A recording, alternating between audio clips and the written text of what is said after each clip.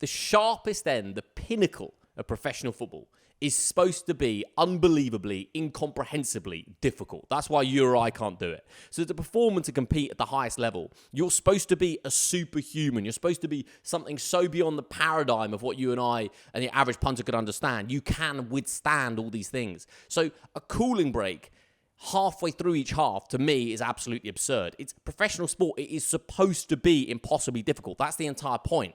And I can see now in the comments underneath someone saying, won't you think of the players? It's all about the players' health and this kind of thing. No, it's not. Because if it was about the players' health, you wouldn't be forcing these players to play 60, 70 games a season in the scorching heat in the US. You'd have it in a colder climate, or you wouldn't have it at all. So this is not about the players' health. And for me, the cooling breaks and the drinks breaks, they're just another addition to the sport that slows things down. They're just another Americanization of the beautiful game. It's another way to dilute from the spontaneity and the fluidity and the instant impact of sport in the way that VAR has done, the way that 5 substitutions has done, etc., etc.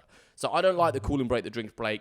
If you can't handle it, go and find another sport, because this is what football is. You play for 45 minutes. That is how the game is.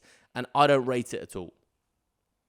Also, they're probably taking on energy drinks while they're doing that drinks break, which is another reason why. Mass by Messi. Yeah. I mean, they wouldn't get it.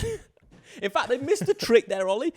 In these cooling breaks, the only liquid you should be able to consume is mass by Messi. That is the logical play here, surely.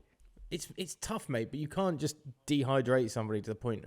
I would rather have a drinks break and then have players actually able to run around a bit and move than getting what you could sometimes get back in World Cups, which was like players just walking and slow-paced football because the heat is so bad. Now, what actually should have happened is you shouldn't be having this competition either in daylight hours, so at least all games are played when the sun goes down. If that means you have clashes, that means you have clashes, or you host it in a Southern Hemisphere country rather than hosting it in the US as the cash grab.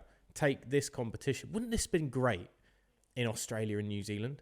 Like a place that doesn't really get major football at all. In their winter as well would have been nice. Yeah. Australia and New Zealand genuinely being like massively excited and filling out these stadiums way more. Why not in South America?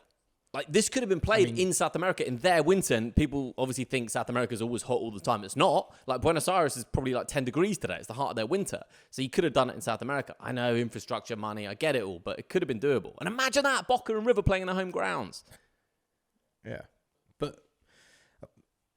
I just think, again, it will always boil down to money. That's just going to be